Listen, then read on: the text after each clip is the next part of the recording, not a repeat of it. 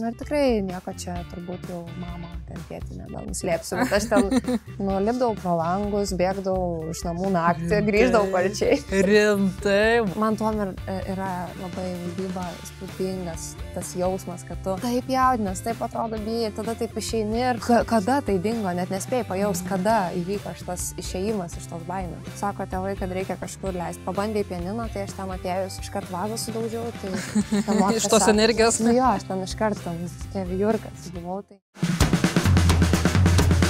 Man atrodo, kad jaučiu ant liežuvio galo. Sveiki, jūs žiūrite Klaipėdos jaunimo teatro podcastą Ant liežuvio galo. Visų pirma, noriu pasidžiaugti rėmėjais ir noriu pasidžiaugti štai, ką turime mes ant mūsų staliuko. Tai yra SDG, didysis teatro draugas, Lietuvos kultūros taryba, mane rengia Wardrobe Queens ir tie, kurie turite savo verslus, galite atsidurti štai čia, pas mus ant stalo, rėmėjai sekcijoje. Viskas, su rėmėjais baigiame.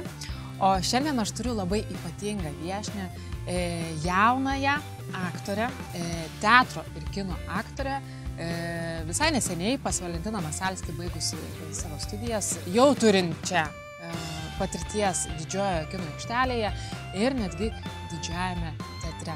Tai apie visą tai pasikalbėsime su Gintaute Rusteikaite. Labas, Gintaute, aš atsėdu, įsliuogiu į savo kėdę. Nu, mes turėjome labai ilgą įžangą, techninę įžangą, daug kalbėjomės ir besidažydamos, aš dažiausi. Tai esame apšilusios, ar ne? Taip. Bet vis tiek paklausiu, kaip jautiesi? Jaučiuosi gerai. Gerai? Man atrodo dar smagiau, kad taip prieš tai dar pakalbėjom.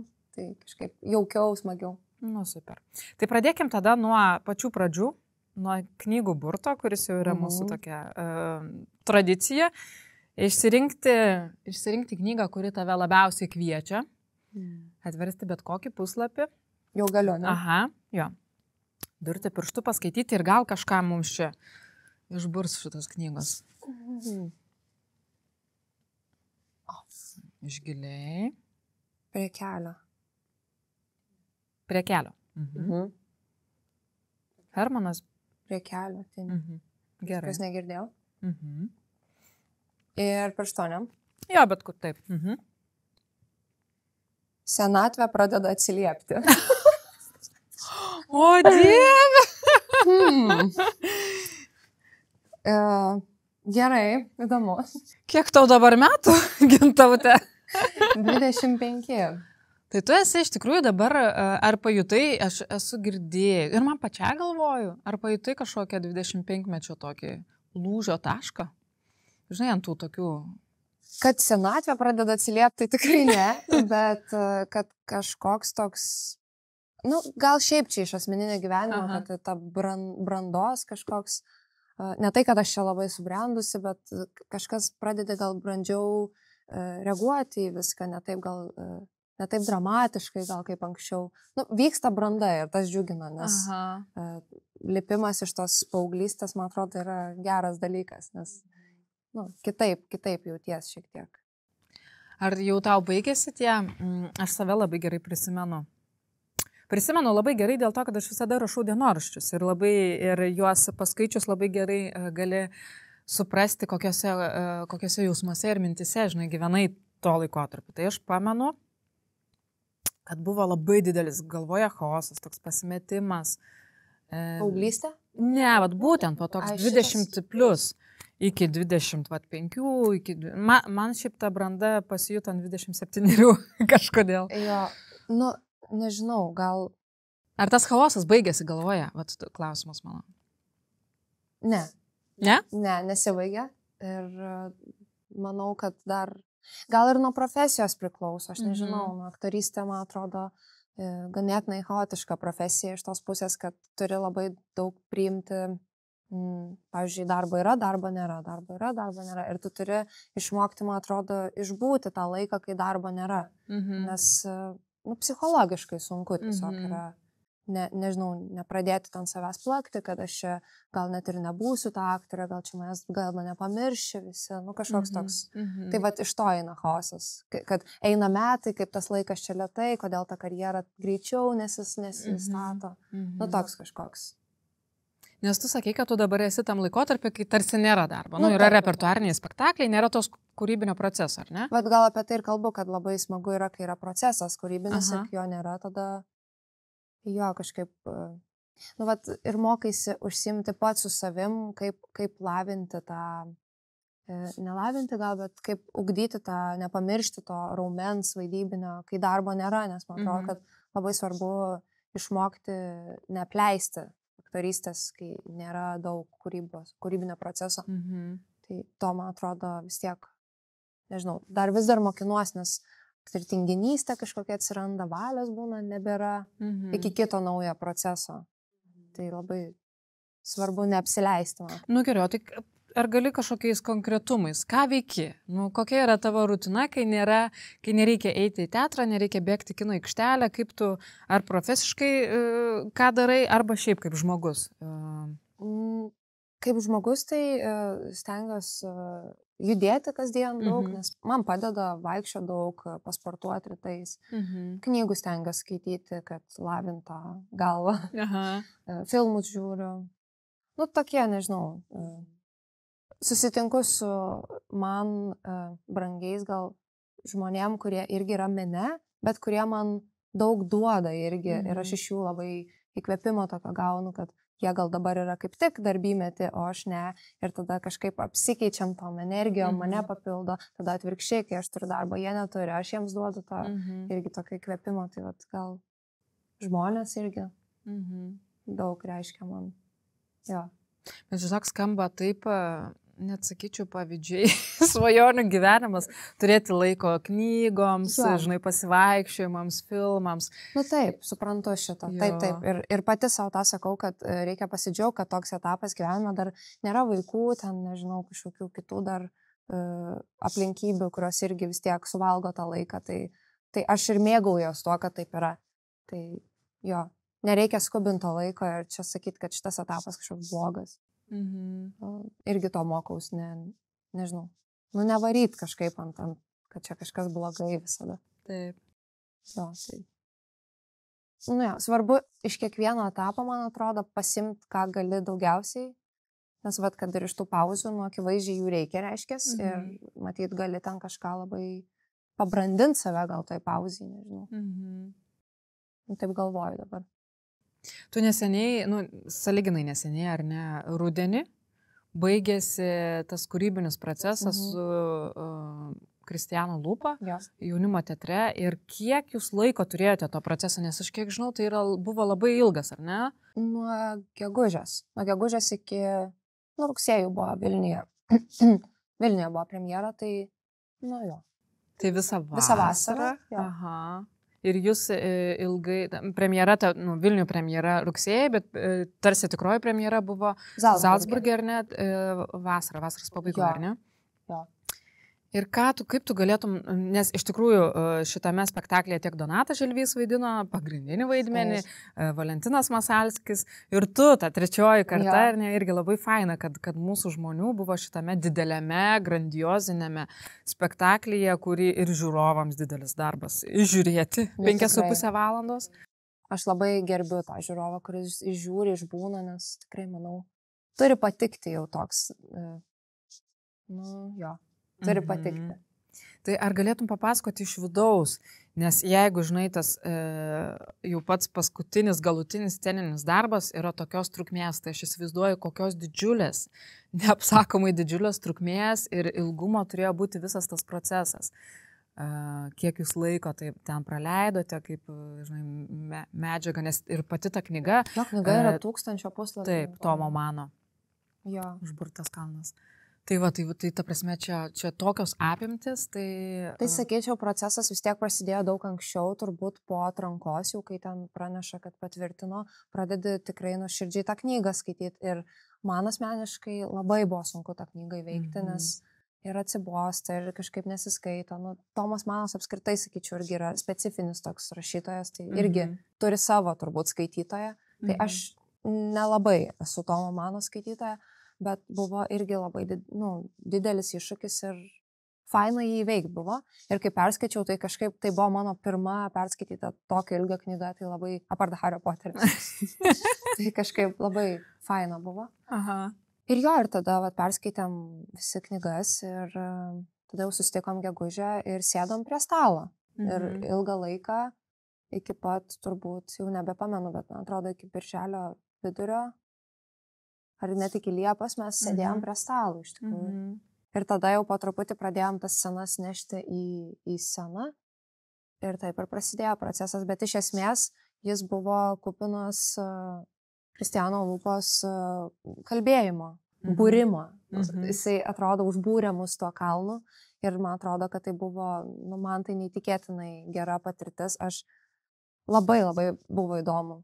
Ir faktas, kad pavargsti klausytis, nes labai daug informacijos, bet kai aš atverčiu savo užrašus, pavyzdžiui, atrodo, kad aš kiekvieną sakinį iš naujo perskaitau, aš galvoju, wow, kokie čia geri žodžiai, kaip čia gerai pasakė. Nu, iš tikrųjų, neįkainoma. Ypač man po studijų, tai man iš viso, aš nežinau, labai visam gyvenimui tikrai šita patirtis. Labai ją džiaugiuosi. Nežinau, ar atsakiau klausimą? Ne, atsakei labai pozityviai, nes aš girdėjau,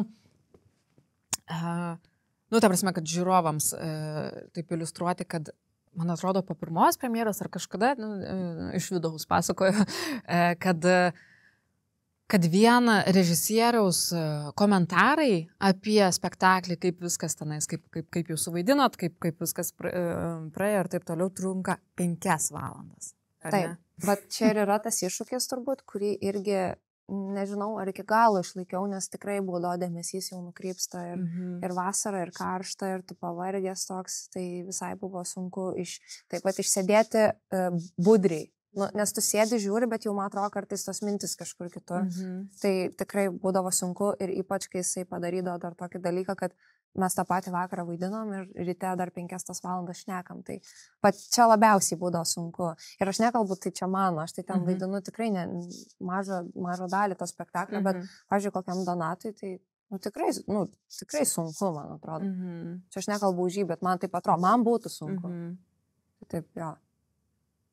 Gerai, o dabar, pavyzdžiui, irgi tavo tarsi masuoti, ar ne, bet pabaigoje tu turi tokį individualią dalį, bet ir psichologinis momentas, ir šiaip tas momentas, kad tu turi būti visame tame spektaklyje, visame tame procese, bet iš esmės esi tik maža dalelė. Kaip tu su tuo tvarkais, ar tai, žinai, čia ego tokie momentai, ar ne? Ar apskritai tu esi dėkinga, kad esi čia, ar kad, tik tai dėl 10 minučių, žinai, ten. Ne, man buvo kaip tik, aš labai buvau laiminga, aš vertinu, aš ten sakiau, kad ir, nežinau, ten, žinai, tas, kad ir to medžiu, kaip visi sako, aš kad ir medis ten būčiau, tai aš tikrai, kad ir dekoracija ten atrodo būčiau, aš tiesiog labai vertinau tai, kad aš ten apskritai esu ir kad ir ką aš ten vaidinsiu, man buvo didžiulė, nežinau, labai buvau dėkinga likimui, kad aš ten esu. Ir nebuvo tokių minčių, kad, kaip čia norėčiau kažką daugiau suvaidinti. Man kaip tik pradžiai, pirmam tokiam kartui, ypač tokioj scenoj, man buvo, kad čia yra tobulas vaidmuo dabar. Ir aš labai džiaugiuosi, kad nuo tokio vaidmens pradėjau. Ir jis nebuvo toks paprastas iš tikrųjų.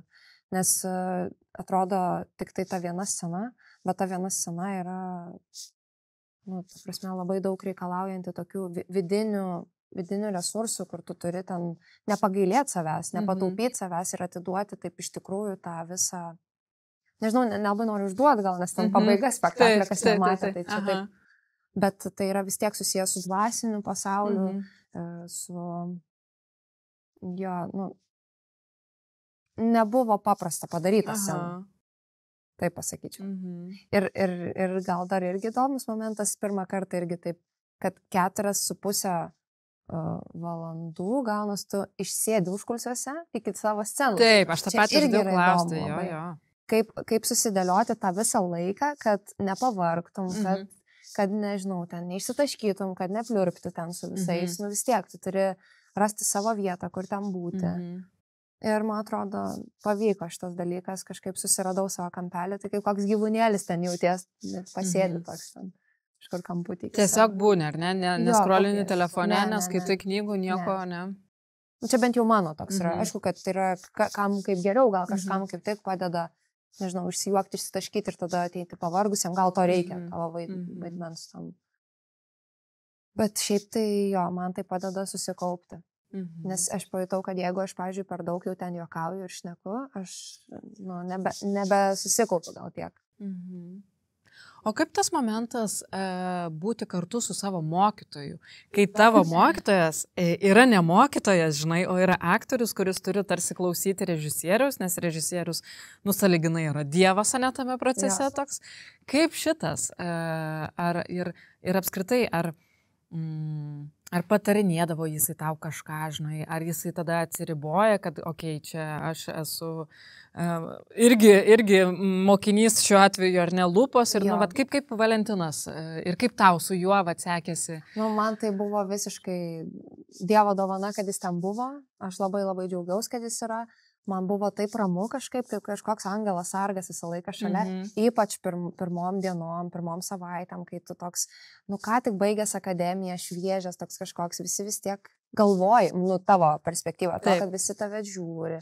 Gal kažkaip taip ir yra, vis tiek kažkoks naujas žmogus atėjo, tai kas tu toks, kaip tu čia dabar prisistatysi ir ką tu sugebi, toks kažkoks yra vis tiek. Tai, kas buvo labai faina, kad Valentinas tiesiog buvo toj patalpoje ir kažkaip buvo gera žinoti, kad čia mano yra vis tiek mokytojas, čia aš galiu. Jaučiausi kaip už sienos, kartais, kai man būdavo nejauku, aš pajutau, kad aš prieidavau prie ir tiesiog stovėdavau. Kaip koks, nežinau, tokia, taip saugiau jausdaus.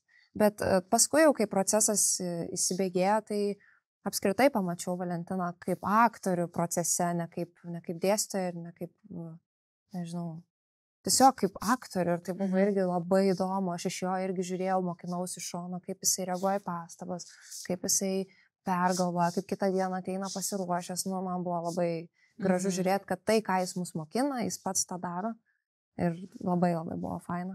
Dar irgi didesnė atrodo mokykla matyti, kaip tavo dėstytojas dirba gražiai. Labai, labai buvo gerai.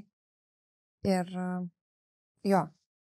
Tai tiesiog buvo labai faina, saugu ir kad į Austriją kartu skridom, tai irgi ir nuotykis kažkoks, ir pajuokavom daug, kažkaip nežinau, labai smagu buvo. Man labai, labai. Aš jau jam ir pati sakiau, kad man, labai jūs man. Labai patinkat. Jo, labai, labai. Gerai, o kaip kine vyksta? Nes tu esi, jeigu mano tyrimas žurnalistinis neklysta, 2 ilgo metro filmuose, ar ne, nusifilmavusi? Sinefilija ir 5,5 meilės istorijos Vilniaus bute. Taip, labai ilgas. Ar viename Vilniaus bute, žodžiu. Viename Vilniaus bute. Tai 2, ar ne? 2 ilgo metro. Jo, ir dabar. Ir trumpo ten jau daugiau.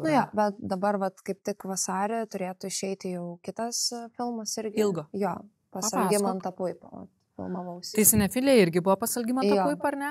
Ir dabar vėl, ar ne? Jo. O tai koks šitas spektaklis, filmas? Apie ką? Ateinantis? Dabar kur bus jo? Kad negaliu kalbėti. Negali? Negaliu dar. Okay. O bent pavadinimą irgi negali? Pavadinimas yra Vidurnakčio nakties seansas. Ir... Ar didelis tavo vaidmuo? Didžiausias kol kas, kokį turėjau kine. Tai pagrindinis gal? Ne pagrindinis, bet toks jau didesnis nei ten šiaip epizodas, tai labai įdomu, kas gavosi.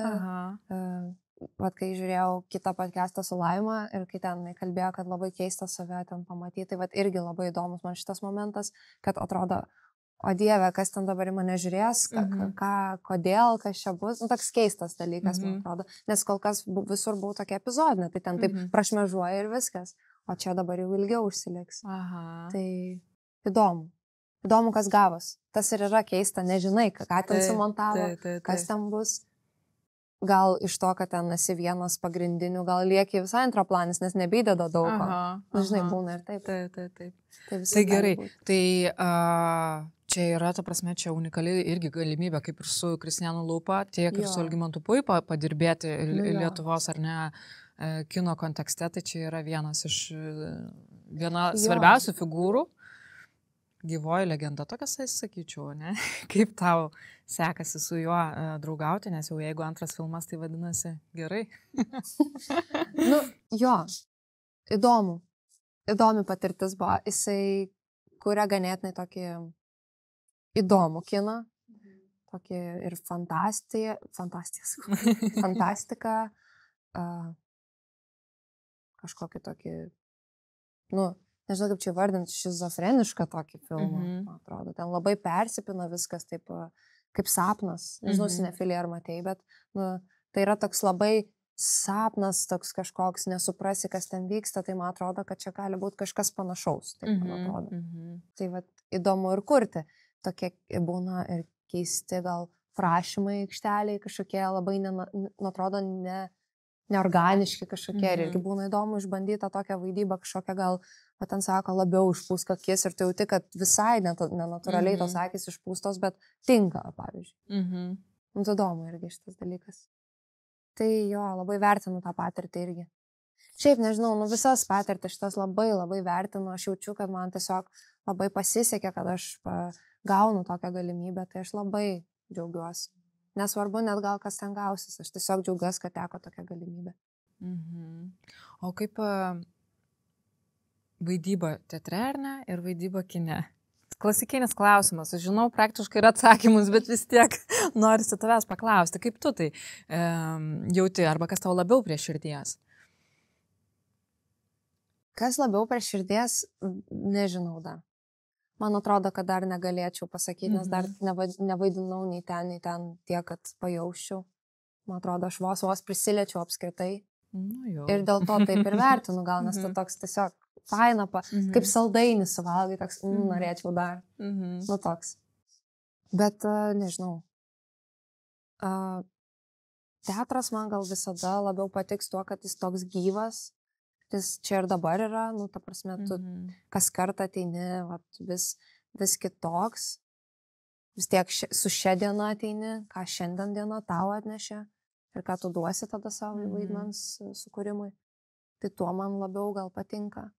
Bet kine lygiai taip pat, pakartojimo menas, kaip tu tą sceną daug teikų, jeigu yra, tai kaip tau pavyks tiek daug kartų padaryti tą patį, irgi išbando. Tai taip, jo, nežinau, kuris labiau. Abu labai fainai yra abu. Tai gerai, aš grįžtu prie castingo. Ką reikia padaryti, pavyzdžiui, į filmus, į kino. Ateini, tu gauni kažkokią sceną, ar tu ją jau žinai? Įvairiai šiaip. Labai priklauso nuo režisieriaus, ką jisai sugalvoja, kad nori patikrinti, pavyzdžiui. Būna tokių Lietuvoje atveju, kad jau režisierius rašo scenarijų ir jau žino, kad ims tą aktorių, pavyzdžiui. Čia irgi šiaip įdomu. Jo. Kad, pavyzdžiui, rašai ir jau žinai, kad tas žmogus vaidins. Tai jam net castingo nebedarai, jau tiesiog kvieti ir sakai, aš noriu, kad tu vaidintum. Ir tokių atvejų būna. O šiaip tai aš kiek esu buvus castinguose, tai įvairių castingų buvo. Ir kad vietoj duoda, paimprovizuoja kažkokią situaciją, ir kad iš anksto tekstą atsiunčia išmoksti ir ten paimprovizuoja to tekstu. Tai jo, va taip. Baisu būna eiti? Jo, baisu vis tiek. Jaudinės tiesiog, bet kai pradedi ir pradedi, čia kaip ir visur, man atrodo, scenoje, kine, visur toks. Pradedi ir pamiršti tą baimę ir tada tą baimę pakeiti į energiją, į tą kažkokį perjungį, tą, kad varomoji jėga pasidaro. Man tuom yra labai vaidyba įspūdingas tas jausmas, kad tu taip jaudinės, taip atrodo bijai ir tada taip išeini ir kada tai dingo, net nespėjai pajaus, kada įvyko šitas išėjimas iš tos baimės. Tai, man labai patinka ta magija. Kodėl tu apskritai pasirinkai šitą savo gyvenimo kelią? Nežinau, turbūt nuo mažens labai daug energijos turėjau, dėl to, kai mamos klausiau, kodėl tu mane nuvedei į teatro būrelį, tai mama sakė, kad labai daug energijos tiesiog turėjau ir, neturėjau tuo metu sesių dar, vienturtė buvau, sako tėvai, kad reikia kažkur leisti. Pabandė į pianiną, tai aš ten atėjus iškart vazą sudaužiau, tai iš tos energijos. Jo, aš ten iškart ten vijurkas buvau, tai sudaužiau tą vazą, sakiau, kad aš labai žiūrėjau Titaniką. Man labai patiko Titanikas ir aš sakiau, aš eisiu į pianiną tik dėl to, kad Titaniką išmokčiau groti. Jo, ir tada tai mokytojai, kai pasakiau, kad aš noriu Titaniką groti, jis sakė, tau iki Titaniko dar kokie 2 metai pamokų. Na, aš sakiau, tikrai ne. Jeigu taip greit negali būti, tada ne. Ir tada kažkaip ta mokytoja sako, aš nežinau, jūs ją gal veskite kokį teatro būrelį. Ir mano tokia sako, gal tikrai. Ir užrašė tą teatro būrelį ir taip ir pradėjau lankyti nuo 7 metų ir niekada nebebuvo. Muzikos mokykloje? Jo. Ir niekada nebebuvo kažkokių kitų minčių netgi. Tai... Bet tu čia, žinai, taip labai gražiai, taip diplomatiškai ir aptakiai, bet aš galiu iš vidaus pasakyti, kad tai buvo labai logiška, nes tavo mama, Rasa Rasteikienė, tai... Aš turiu irgi labai artimą santykį su ja, nes jin buvo mano teatro mokytoja vadovė. Ji buvo ir mano teatro mokytoja. Po to galiausiai ir tavo jo, ir aš tave, Gintautė, pažįstu ir žinau nuo pat, kai tu buvai maža mergaitė. Ir dabar tu man tą patį bandai sakyti.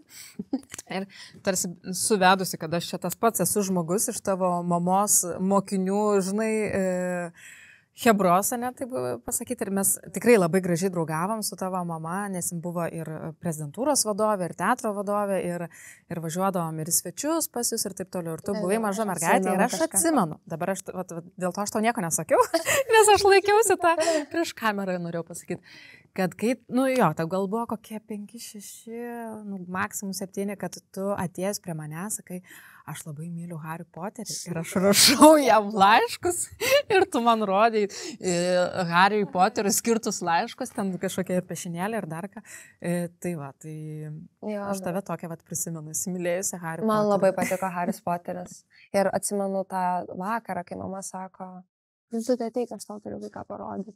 Ir jinai man rodo kažkur žurnale, ar kur ten, kad kiek Harry Potteriui metų. Ir kad jis ten žymiai už mane vyresnis. Ta prasme, kaip aktorius, ne? Jo, ir žinok, aš taip verkiau. Man širdis plyšo, kad jis nėra tas berniukas tokio amžiaus, kur aš matau toj pirmoji daly. Nes jis tada būtų vienmetis, bet jis jau visai kitų metų. Ir man, kaip man buvo liūdna, aš prisimenu. Su realybė susidūrė. Jo, labai buvau heartbroken. Jo. Tada perėjau prie Hanos Montana. Jo? Savo vienmetę kažkokią vis tiek reikėjo susirasti. Man labai patiko Hannah Montana. Šitoks. Vis dar patinka? Ne. O Harry Potteris vis dar patinka? Patinka Harry Potteris. Bet kadangi jau radau savo Harry Potterį, tai... Jokinga, nes mano sužadėtinis, tai jis, kai buvo mažas, čia turėdavo irgi išsipaišęs Harry Potterio šitą randą ir irgi aiškindavo visiems, kad jis Harry Potteris. Tai tu gal Hermiona, o tu Harry Potteris, nors dėja jie filme kaip ir nėra kartu, bet... Bet Vilius sako, kad čia jie turėjo būti kartu. Taip, visi taip kažkaip galvoja. Dauguma. Kad žinė tam taip.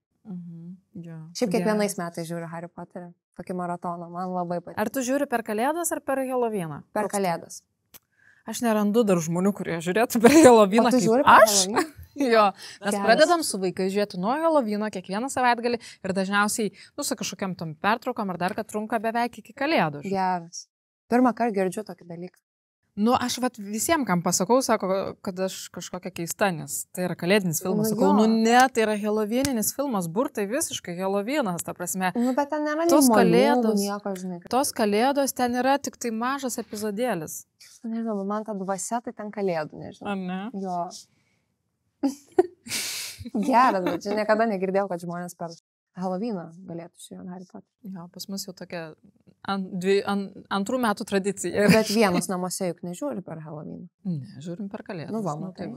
Kažkas nes yra. Čia tai tikrai yra kalėdinis filmas. O Harry Potteris toks vat ant klaustuko. Pagal jausmą turbūt čia, labai pagal jausmą. Man Kalėdos ir mandarinai. Mandarinai, taip. Bet mandarinus nusipirkau jau lapkričio 2 dieną. Kai tik atsiranda jie jau. Iš karto jie tokie skanus buvo.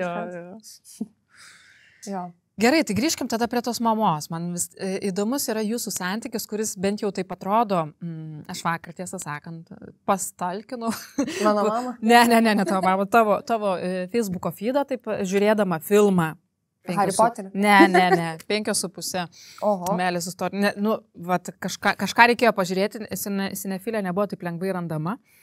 Bet ten toks, tarpiniukas. Jo, pasirodo, nedidelis, bet vis tiek labai fain. Ne, viskas gerai, aš ne dėl to, kad noriu labai didelio, čia ne dėl to. Šiaip sakau, kad aš tau jau į podcastą įdamas jau, kad ką aš čia pasakysiu, aš dar nieko nepadariau, aš dėl to taip ir jaučiuosi, kad, bet iš kitos pusės tiesiog smagu pasikalbėti. Taip, ir žinai, ir aš visada galvoju, kad mus žiūri jauni žmonės, kurie gali įsikvėpti. Taip, aišku. Jo.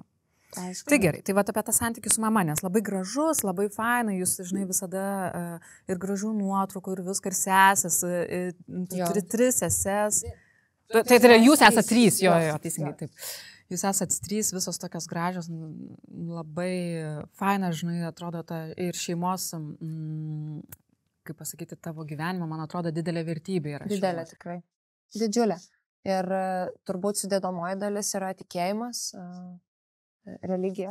Mes labai tikinti šeima ir man yra tai labai labai varamoji jėga viskame turbūt. Ir kai pradedu kažkaip jaučiu gal eiti iš vertybinio savo kelio, taip anksčiau būdavo, tai iškart į šeimą atsisiki, kad susirinkti, važiuoju iš karto į Lapių kaimą ir ten eini į miškus, kalbi su tėčiu. Tėtis mano labiausiai vis tiek toks religingiausias žmogus šeimoje.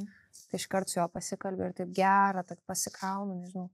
Tai vat, jo, turbūt vien tai yra labai daug. O, jo, dar klausimas. Jo, dėl santykių su mama, nes iš tikrųjų dažniausiai taip kažkaip, nežinau, stereotipiškai gal, kad mamų ir dukrų santykiai yra nelengvi. O, vat, Rasai teko 3 krūvis, žinai, jo, tas. Šiaip, taip, įspūdinga, kad mama tas 3 mergaitės gal. Jo, įdomu. Bet močiutė šiaip labai laiminga mūsų, kad 3 mergaitės labai labai džiaugiasi. Ir močiutė niekada neleidžia kirpti plaukų. Jei čia tie plaukai mūsų, kad čia visos 3 ilgais plaukais. Ir visos nusikerpa kažkada, tai labai jokinga būna. Atleisk močiutė, bet tikrai jokinga būna. Nes aš sakau, atauks, neatauks, viskas. Ir aš dabar, kai grįžtu, sakau, pažiūrėk, atauga. Aš buvau kaip tu nusikirpus. Rimtai? Jo, man buvo užėjęs toks, kad čia man aiškina nekirpt, gerai nusikirpsi. Jo. Ir kaip tu jautėsi? Gerai, žinok, gerai jautėsi. Iš pradžių taip nuoga buvo, lengva labai, bet paskui dar kokius 2 kartus paskui kirpau, bet dabar jau nebesinori. Tai va, ta mama, tai turėjome savo sunkų etapą, mes turėjom paauglystės etapą mano, kur ir mama ganėtinai jauna, ir man ten 14. Tai tikrai nebuvo lengva ir mes toj pačioj mokykloje visą gyvenimą. Ta prasme, aš į 1 klasę, jinai mokytoja, toj pačioj mokykloje. Tada, kai aš į 9 klasę perėjau, jinai irgi perėjo į gimnaziją ir vėl jinai tapo mano auklėtoja ir teatro vadovė. Wow. Jo, tai labai artimas, glaustas toks ryšys visom prasmėm buvo. Tai, tame yra ir iššūkių nemažai. Kur mama, kur mokytoja ir kiek lieka mamos, kiek lieka mokytojas, toks keistas vis tiek, nelabai toks gal, nežinau, neįprastas modelis vis tiek. Tai, bet mes susitvarkėm, aš manau, mes puikiai susitvarkėm ir jo, paauglystė tai ir buvo tas sunkiausias etapas, gal kai mano sesės mažytės, Elzytė gimė dar irgi visai taip greitai po jo, nes ten po 4 metų mama vis tiek savo, kiek 30 subiškinu, tai čia toks gazas daryti, kurti ir irgi išmuša žemę, truputį iš po kojų, man atrodo, kad dabar kiek čia tų vaikų aš turiu ir ką čia, kaip viską suspėti, tai aš labai ją dabar, kaip suaugęs žmogus, suprantu ją. Bet man kaip paaugliai tuo metu buvo kosmiškai nesuvokiama, kas šitoj mūsų šeimoje daros ir kur čia aš, kur čia mano sesės ir pavydas kažkoks ir kodėl ta mama mokyklos tais jaunai žmonėm tiek daug bendrauja. Toks paaugliškas buvo pavydas, kad nėra mamos tiesiog. Ir, pavyzdžiui, kažkas sakydavo, kokia tavo mama faina, mane nervindavo. Čia mano mama, ne tavo, čia yra iš viso žmogus. Kažkoks toks buvo. Bet, perėjom per tai. Nei mama žino, kaip elgtis toj situacijai, nei aš. Aš tikrai buvau, manau, tokia, su charakteriu paauglė. Ir mama su charakteriu. Ir tuo metu gal irgi šiek tiek kaip paauglė, nes, normalu dar turbūt su paauglė susidurti. Tai, irgi pirmas jai toks patyrimas. Tai toks truputį buvo, nesuėjom mes tuo metu. Truputį, man atrodo, ugningas, ar ne? Jo. Tu tekyje. Jo. Daug tokių nemokėjimų pasikalbėti gal.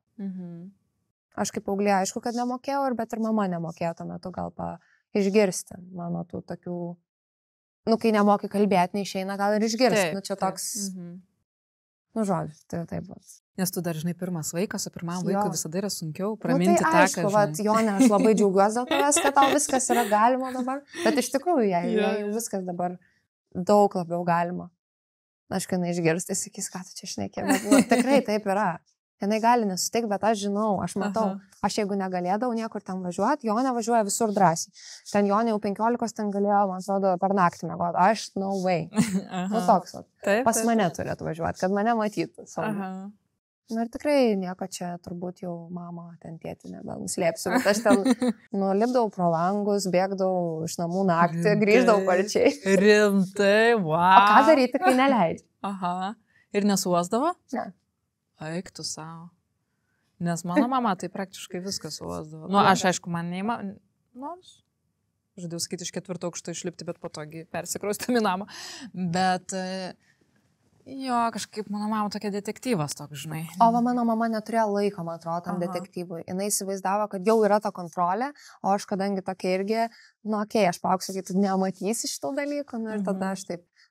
Buvo etapas, kai mes žaidėm tokį žaidimą, truputį katės ir pelės, sakyčiau. Toks buvo, aš bėgu, tu pagauk, toks.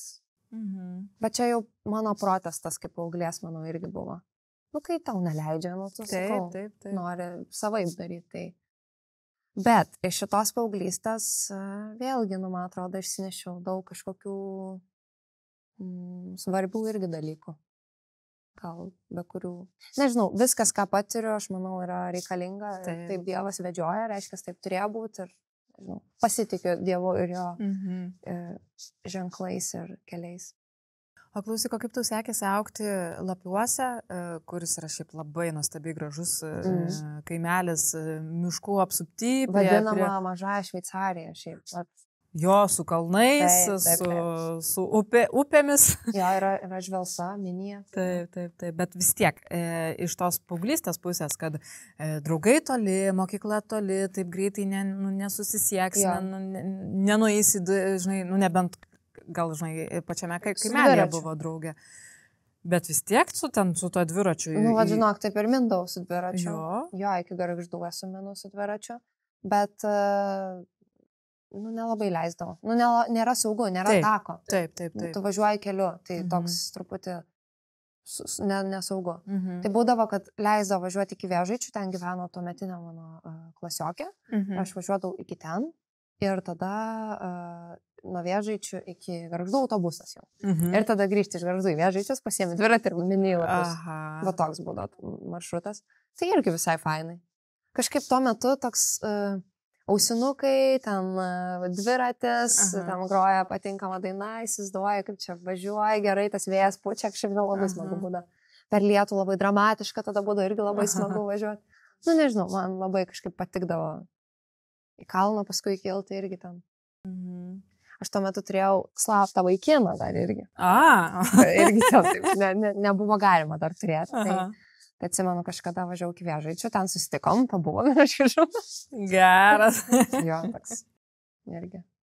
Vėžaičiai būdavo gera tokia stotelė ten. Ir veiksmo, ir kažką. Ir toks grįžti į Lapius, tipo, nieko nebuvo. Tai fainai. Jo. O po to, kai, nes tu po mokyklos ar ne, tu ir Vilnių išvažiavai studijuoti vienus metus. Dabar kaip išsiaiškinom prieš įjungiant kamerą. Tai koks tau tas skirtumas? Kaip tau tas skirtumas? Vilnius? Jo, tarp šitų vis tiek tiek Gargždai yra vis tiek kaimas, tiek Lapiai dar ar ne, tenais Vėžaičiai ar dar, kad tai yra vis tiek labai maži vienetai ir staiga tu į Vilnių, į tokį didelį miestą. Kadangi mano tėčio brolis gyveno Vilniui, mes tikrai nemažai važiuodom į Vilnių nuo pat vaikystės. Tai gal dėl to man tai buvo, kad aš jau plius minus žinojau tas vietas, kažkaip ten jie Žvėryne gyveno, tai tas Žvėrynas arti centro, tai aš tam važiuodavau ir su draugė vasarą pabūti, tai labai faina būdavo tam pabūti tam Vilniui, tai aš jau tokia drąsiai jaučiausi, kad aš čia kažką jau žinau. Tai vien dėl to buvo, man atrodo, man drąsu. Ir plius mūsų karta ir dar prieš mūsų karta taip sukrito, kad visi buvo labai organizuoti, labai aktyvūs, mūsų ten 100-adienis mokyklai labai pasisekė, nes mes labai norėjom, visi degėm tuo. Ir man atrodo, vien tai labai, kaip čia, mes važiuodom į Vilnių, į Kauną ir kažkaip taip plačiai būdavom. Man atrodo, kad tas labai padėjo išvažiuoti kažkur, kažką pamatyti, ne vien Gargžduose būti. Taip. Bet kažkaip nuo tų žmonių Gargždai buvo pilni, gyvi tokie. Ir vienu metu, atsimenu, atvažiuodom į Vilnių, kažkokią ten konferenciją, pavyzdžiui, nuo mokyklos, savo prezidentūrą. Ir sakydavo, mes girdėjome apie Gargždus, kaip ten fainai, ir mes labai didžiavomės to. Tarp kitko, su žadėtiniu savo ten ir varinėdom. Mes ten ir susipažinom mokyklai, tai labai tas aktyvumas mūsų jungia, kad mes labai daug... Bet jisai iš kur jisai yra šiaip? Iš Gargždų. Jis iš Gargždų? O, geras, nežinau šitą. Tai va, mes taip ir... viskas tose Gargžduose, taip labai geri prisiminimai, net. Visko pradžia tokia. Labai fain. Super, labai fain. O tai dabar gyveni vėl Vilniuje, ar ne? Ir kaip dabar tas Vilnius? Nes vėl grįžtu prie teatro, nes man atrodo, kad mes čia toj Klaipėdoje esam kažkokioj tokioj saugioj, tolimoj saloj, kur taip tyliai, ramiai verdam savo sultise, bet pakankamai saugiai, be jokių kažkokių tokių nuobodžiai gal netgi biškutį, bet Vilniui, manau, kad ir konkurencijos yra belė kiek, ar ne, ir tiek ir teatro srityje, ar ne, konkurencija yra didžiulė, milžiniška, ir galimybių yra kartu daug, ir, žinai, ir to veiksmo, ir informacinio triukšmo didelio, atakuojamas esi visaip kaip, žinai, tiek reklamomis, nes aš iš savo prizmės, kad reklama Vilniuje yra brangesnė nei kad Klaipėdoje ten ir taip toliau. Tai kad, ten yra visko daug. Ir kaip tu dabar ten tvarkais, ar tu girdi savo mintis būdama Vilniui? Nes kodėl kalbu, nes aš kai gyvenau Vilniui, man ten truputėlį nesigirdėjo. Galvoju dabar kaip čia. Ir biškilgiausi, žinai, to ramumo tokio. Na ir va jis ir parvedė atgal. Klaipėdoje gera būti, tikrai. Ramu, tikrai tyliau. Kažkaip ir dabar atvažiavau vėjuotą, aišku, labai. Bet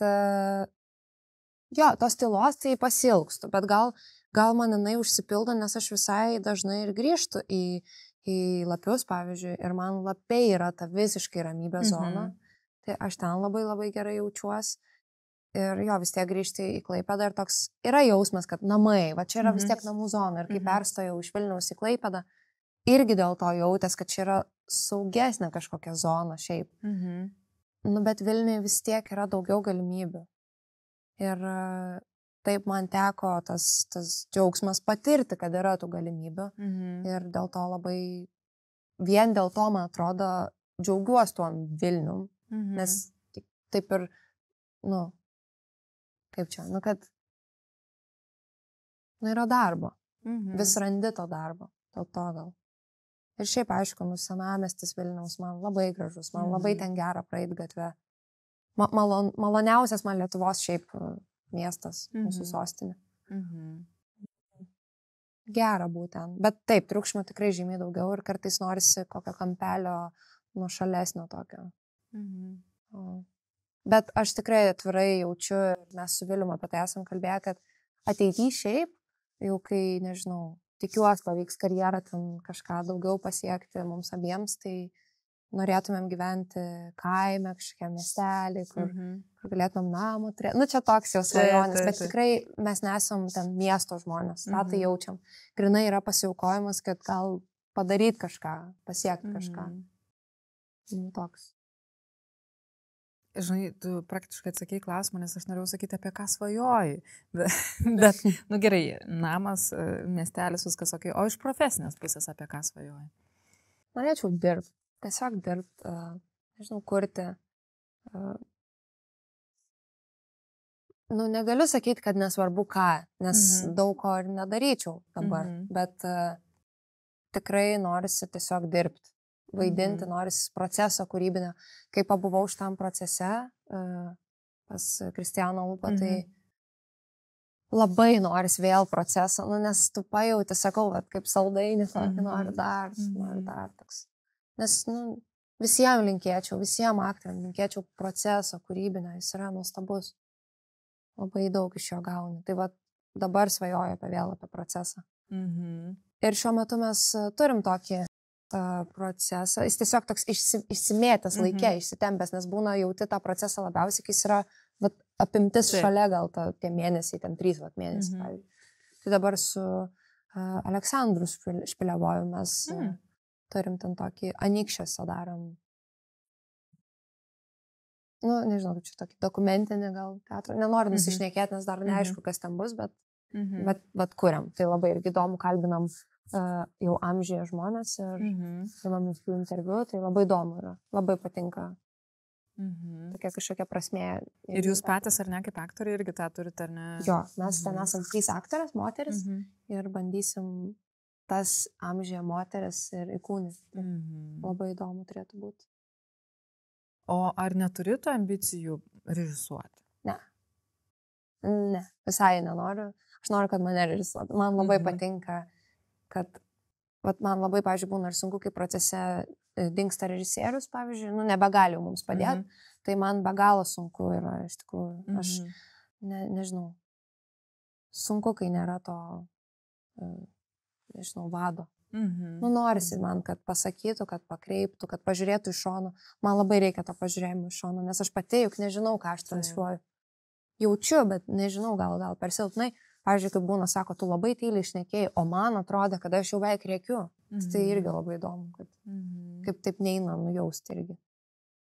O ar nebūna, žinai, kad, kad tave režisuoja ir, kad supranti, kad nesąmonė kažkokia, arba kad nenori to daryti. Ar tu turi tas ribas, ar tu vis dėlto, gerai, jeigu režisierius liepia ir darai, nes aš manau, kad dažnai būna tokių situacijų, kad kažką liepia, kur tu pats nesupranti, ką, kodėl, kaip. Būna. Aš sakau, tiek daug proceso dar neturėjau, žinai, kad tiek įvairių, kad pasakyti kažką, bet pavyzdžiui, gal buvo paskutinė patirtis, kad buvau radijo spektaklyje. Ir, ten labai taip nesuprantu, ką man sako, ir aš tada turiu išdrįsti vis tiek pasakyti, kad o gal ne, gal galim kažkaip ir keista būna, nes tai yra režisierius vis tiek. Ir kažkoks toks, ar aš čia turiu tą teisę, ar turiu pasakyti kažką. Bet čia ir nuo režisierius priklauso, jis gali atsižvelgti, gali sakyti, kad ne, darom taip, ir tada bandai tą tokį iš savęs visai nenatūralų kažkokį išgauti dalyką. Tai tai įdomu, kas ateityje laukia, kokie režisieriai. Bet faina, manau, įvairių sutikti, patirti tų iššūkių, ką reiškia toks ar anoks. Bet aišku, kad charakterį išbando labai, ten ego dalykai jau pradeda ten ta dalis. Tikrai, pajauti ant savęs, kad turi labai sąmoningai atsisukti save ir pasižiūrėti, kas ten tave taip erzina, kodėl tu dabar taip rodai charakterį kažkokį. Reikia lipti per save. Stengia save gaudyti, kad mokintis gražiau reaguoti pastabas ar į kritiką. Kritika vis tiek nėra paprasta priimti. Taip. Tiems būna gal lengviau. Man visai sunku šiaip. Taip atvirai sakau, tikrai būna sunku. Reikia taip neparodyti veidų, kad susinervini, nes atrodo iškart tam žmogui turbūt, kad tave nervina pastabos, bet susinervini, nes tu nori iškart gerai padaryti. Čia tas perfekcionizmas kažkoks. Bet čia procesas. Ir čia, čia man atrodo, žinai, taip ir auginiesi savo tą skūrą, patirtį, žinai, tą sluoksnį tokią, kur po to galiausiai arba neįsileidi tiek į vidų, arba, žinai, mane labiausiai gal Valentinas ir mokino, kad taip atvirai ir pasakydavo, kad tu labai nemoki klausyti pastabų. Ir irgi, ta prasme, klausėsi ir galvoju, kaip čia taip man sako, taip atvirai. Ir taip susinervini ir galvoju, kaip čia taip pasakė. Bet tada iš tikrųjų, kai taip vis sakydavo, aš pradėjau nuoširdžiai kreipdėmėsi į tai ir galvoti, gerai, kaip dabar nesinervint, o pagalvoti, ką galima kitaip daryti. Ir aš atsimenu, net galvodavau, ar man šipsotis, kai sako, pasva, ką man daryti. Tada, jeigu šipsaisi, vis tiek pasyv agresiv, sėdi, čia tau tas pastabas sako. Bet aš jaučiu, kad su laiku turbūt pradedi tiesiog atsiribot, kad tai nėra kritika apie tave kaip asmenį, o iš tikrųjų tai yra kritika tavo, ką tu parodai, tą, ką matė žmogus ir gal pradedi labiau girdėti. Aš asmeniškai pradedu džiaugtis, kad išeina jau po truputį išgirsti, o ne iš karto į save, o jetau, kaip aš čia, ką aš čia, kokia aš bloga, ką aš čia darau. Nesąmonė šitie dalykai.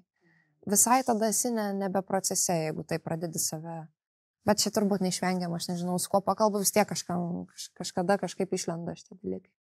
Taip, vis tiek kažkaip Bet gaudyti juos, man atrodo, yra gyvenimo mokykla, čia visą gyvenimą. Tiesiog reikia gaudyti ir nepamiršti, kad reikia tai stebėti.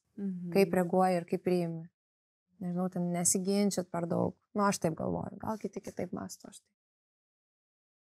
Nu jo, čia, žinai, kiekvienas ir paleis savo prigimti, savo ego dydį, savo, žinai. Bet, žinai, nu, tas ego tai yra tikrai didelis. Tai va čia tas ir yra, kad jeigu tavo ego lipa per kraštus, tai nežinau, man atrodo labai svarbu gebėti jį savo pačiam, nes nieks kitas jo nepažabos kaip tu pats. Nu, aš taip galvoju. Juk būna labai sunku kartais susikalbėti su kitais žmonėm, kurie visai negeba patvarkyti ant kažko savyje. Ir tada jauti, kad kaip į sieną. Ir tada irgi labai sunku. Ir su manim irgi tai būdavo, man atrodo, kiti kalba.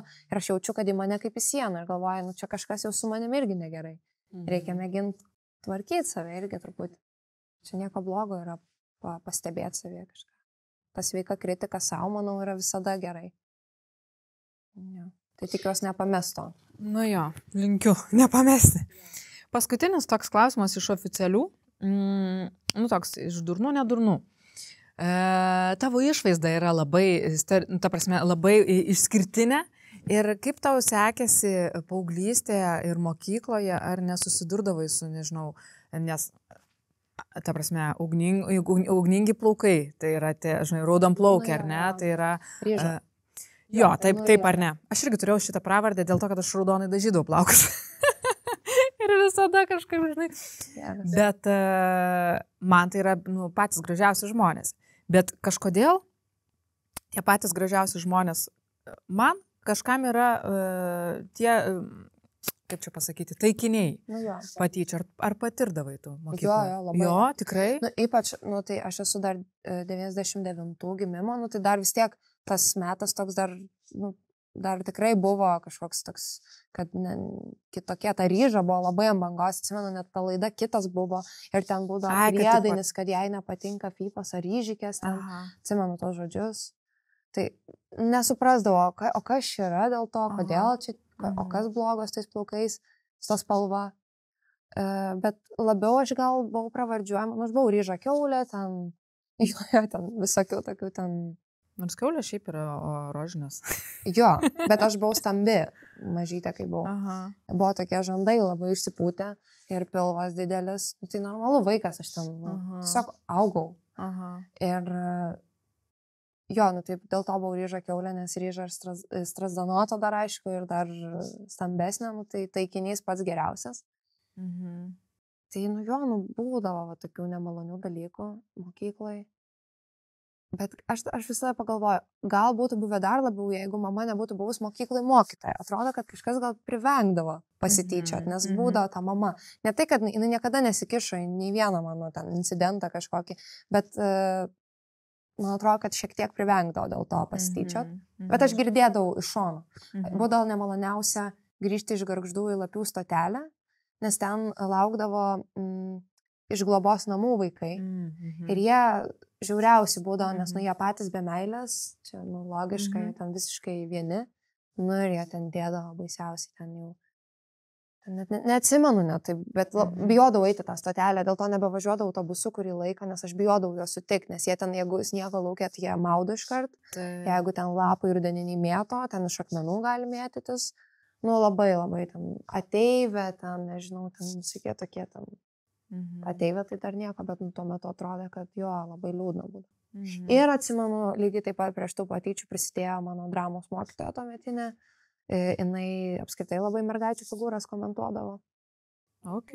Jo. Kaip įdomu. Blogąja prasme. Jo, blogąja prasme tikrai. Ir atsimenu, aš turėjau vaidinti patuotam katinę ten pas ją, princesę tą. Ir jinai pasakė, kad matavo man sijoną ir sako, tu tai kažkaip ten, tu tai ir pumpuška kažkokia ten, kad išsipūtus ten su apvalėjus labai ten kažką tokio. Tai labai atsimenu, ilgai verkiau, liūdėjau, kad aš negaliu būti be princesė. O jis sakė, tai ką jau būk ta princesė, va taip, toks tipo, nesvarbu, nesusegam sijoną, bet paslėpsim tą sagą, būk jau ta princesė, labai atsimenu, šitas mane paveikė. Bet kas yra, kad aš visus šitos dalykus, aš turėjau tą ugningą ir charakterį. Ir aš kažkaip dėl to gal ir nebuvau ir mėgstama iki galo, nes aš atsikirtinėdavau tiesiog. Nu, toks turbūt tas mechanizmas buvo, kaip tai reaguoti. Arba skūsės mamai ir tėčiui, ko aš labai nenorėjau, arba tu kaposies atgal, tai aš ir tai dramos mokytis, jeigu save pasižiūrėk, ar ten dar kažką. Wow, šaunuolė. Šaunuolė, bet tada seka kiti dalykai, kad tu tikrai dar ir charakterio blogas. Taip, lavina. Nu, ir toks gaudaus užburtas ratas toks čia. Užburtas kalnas, ne? Nu tai va, tai tos patyčios tokios ir dabar mano sesė, ir dabar, 2024 metai. Kaip dabar? Nu, nesąmonė, iš mano sesės vis tiek tyčias, irgi labai mes panašios esame, kai mažos buvom identiškai, dabar tik Elzytė jau yra išaugus į ūgį, jau sukūdo, bet jinai ir sukūdo, jai motivacija buvo, kad šis tyčias. Nu, man taip čia yra baisu, aš negaliu suprasti. Irgi, kad ryžo Strazdanota, čia kažkokia kitokia. Bet tai dabar jau žmonės patys dažo tos plaukus, dažo tos Strazdanos dirbtinės. Taip, tatuiruoja. Nesuprantu. Jo. Man keista iš tikrųjų. Nu, čia, žinai, čia dar yra ir nu, žinai, aš dabar žadėjau sakyti, bet gal ir nebūtinai, kad tarsi mažo miestelio, bet manau ir tam pačiam Vilniui, žinai, visko yra mokyklose. Jo, aš žinau, kad Gargžduose dabar mama irgi truputį papasako, kad būna mokykla, ten ta saviraiška jau kitokia yra, vaikų ten ateina su alfausim užsidėję, ar ten uodega prisikabinę, nu tai yra kažkoks... Jau atėjo, okei. Kažkokie, ar... Nežinau, kaip tai vadinas. Nu, čia tie TikToko, gal kažkokie trendai. Aš neturiu TikToko, nežinau, bet, nu, ir, pavyzdžiui, mama sako, nu, kai kurie mokytojai tiesiog demonstratyviai rašo blogus pažymus dėl to, kad tu va taip atrodai. Nu, tai čia, nu, tai irgi daug ką pasako. Visiškai nepriima atmetimo reakciją. Aš nekalbu ten gėjai lesbietės, iš viso yra. Ten vienas vaikas, žinau, pakeitė lytį Gargžduose. Taip. Tai ten irgi buvo, nu, ką ten turėjo perėti žmogus, irgi neįsivaizduoju. Bet, nu, jo, tai yra ta problema Gargžduose, tikrai, manau. Bet gal kažkas pažiūrės iš Gargždiškių šitą podcastą, gal galvos, kad gal visai taip nebėra. Nu, ir aš tikiuosi, gal taiso situacija. Būtų visai. Jo, reikia tikėtis. Jo. Linkėčiau ir savo sesėm, nes jos eis irgi dar per tą. Bet, va, žinai, tu labai gražus pavyzdys, kad, nu ir ką, ir Ryžo ir Strazdanota, ir dabar, žinai, filmuose vaidinu, ir, žinai, ir... Nu, čia toks, žinai, čia... Nu, tarsi vis tiek, kad tai baigėsi. Jo, aš apie tai jums ir sakau, kad to tampa privalumu, žinai, ir išskirtinumu, kuris yra... Nu, tikrai tai yra, nu, kažkoks išskirtinumas ir jo nereikia bijoti. Nu, kažkam jis yra negražus išskirtinumas. Nu, ką aš turiu padaryti? Nu, tau negražu, nu, gerai. Šitavo nuomonė, tai aš tokia tiesiog esu, žinai, nu, toks, vienam čia labai, kitam nelabai, nu. Bet jau pavyksta, ta prasme, ar tau dar aidi? Patyčios tos? Ne. Nebeaidi, ne? Ne, man kažkaip. Neliko, galiu pasakyti šito. Gal kažkur tam pasąmoniai, nežinau. Aišku, ten kūdinimai buvo prasidėję tam, kad čia vadino storą, va šitie labiau gal buvo dalykai. Save taip nemėgsti savęs dėl to. Ir vieną kartą vaikystėje, atsimenu, bandžiau ranką kišti skruzdėlyną, nes galvojau, kad apsisios skruzdėlės ir išnyks Strazdanos. Ir tą pagalvojau, kad nesąmonę aš čia darau. Jau, tokį. Aha, dabar taip lyg tai kažką prisimenu, kada ne, kad būdavo toks liaudės. Jo, kad tipo skruzdėlės apsisios ir ten nyks. Bet tiesa ar ne? Nu, ne. Neišnyko? Ne. Kaip matai, tai ne. Gerai, eikim prie durnų klausimų. Neturim, turim jų, bet aš prašysiu, nes jie nyksta staigiai, sparčiai nyksta. Prašysiu, kad po to įdėtum savo keletą durnų klausimų. Kad aš sugalvočiau. Taip, ateities pašnekoms. Kad aš turėčiau ką veikti, aš juos ištrauksiu ir tau perskaitysiu. Osvaldai komplimentas dėl šito. Taip, nerealiai. Labai. Osvaldai. Liuks. Pafilosofuokime. Višta ar kiaušinis? Kas atsirado pirmiau? Višta ar kiaušinis?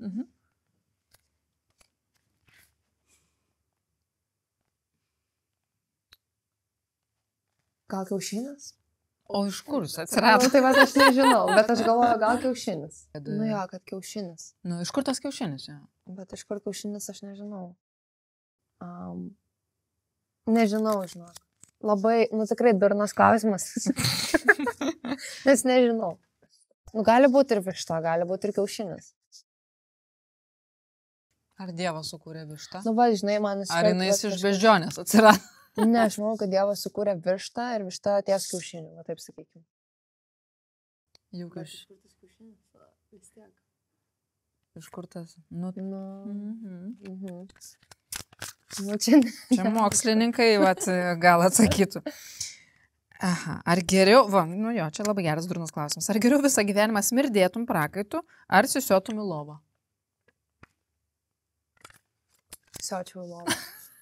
Aš labai jautri kvapą ir negalėčiau, jeigu visą, pasisiočiau ir liktų lovai, žinai, sustvarkyčiau. Bet jeigu visą dieną smirdėčiau, man labai būtų nejauku.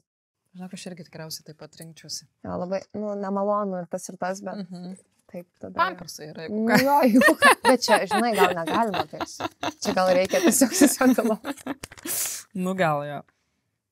Kas tau nutiko ryte? Šiandien? Tarkim. Kas man nutiko ryte? Mano labai ankstyvas rytas buvo. Aš 6 ryto jau važiavau iš Vilniaus į Klaipėdą. Ir jis važiuos atgal į Vilnių. Tik dėl podcast'o atvažiavo į Klaipėdą. Tai jo, toks ankstyvas rytas. Taip anksti šiaip nesikeliu. Tai... Jo, daugiau nieko neatsitiko. Didelis vėjas pasitiko mane. Buvau nustebus nuo šitą vėjo, buvau pamiršus nešą tą šaliką plapus. Jo. Jo, Vilnius neturi vėjo, pasirodo, ne? Neturi tokio tikrai. Ar buvo taip, kad išėjusi iš namų supratai, kad labai durnai apsirengiai? Ką tada darai?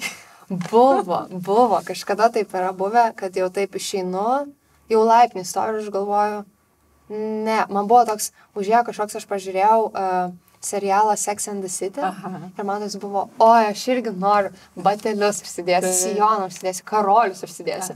Ir jau tokia apsirengo, man tai yra neįprasta, aš taip nevaikštau, labiau aš taip patogiai vaikštau. Apsirengus ir išeinu jau laipnį ir galvoju, ką aš čia darau. Ta prasme, ten ausinukai, muzika groja ir aš galvoju, ta muzika mane užliūliavo kažkaip prieš išėjau, aš galvoju, nepalašė visai dienai taip išėjau ir tada grįžau ir persirengiau.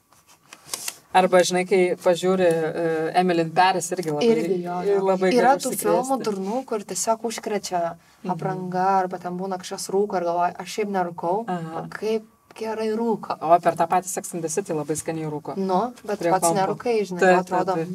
Jo, žiūrėjau geras. Kokią įtaką daro, ne? Daro. Atsakingai reikia daryti. Reikia nerūkyti. Ir ką, ir paskutinis, kokį turi crazy arba slešas neįprastą įprotį? Geras šitas klausimas. Keistas įprotis. Kadangi gal, nežinau, su kvapais vieną turiu įprotį, labai mėgstu eiti į nišines kvepalų parduotuvės ir pasikvepinti kažkokiais kvepalais. Čia toks mano guilty pleasure. Tai šitas, tai jau kai kuriuose parduotuvėse dažnai nebeinu, nes jau matė, kad aš ateinu pavosti ir pasikvepinti. Tai čia šitas gal.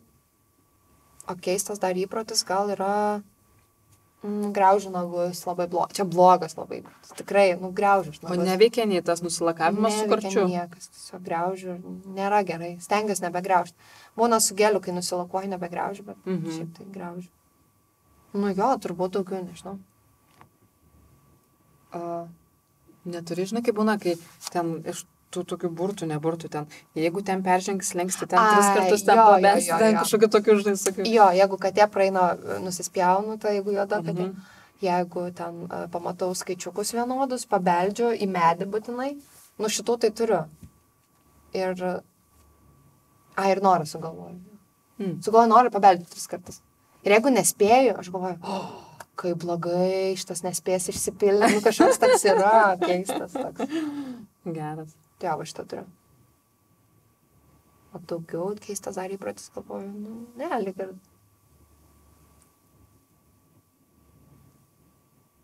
Su savimi mėgstu pašnekėti gal. Garsiai? Man patinka kažkaip tada. Ne taip liūdna galbūt. Jo.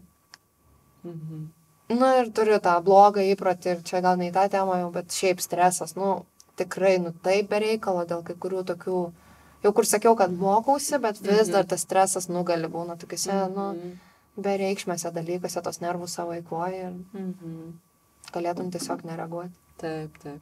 Jo. Tai ką, Gintautė? Tai aš tada tau linkiu. Pirmas, nestresuoti. Jo. Antras, kad gautum labai fainų vaidmenų tiek kine, tiek teatre. Ačiū.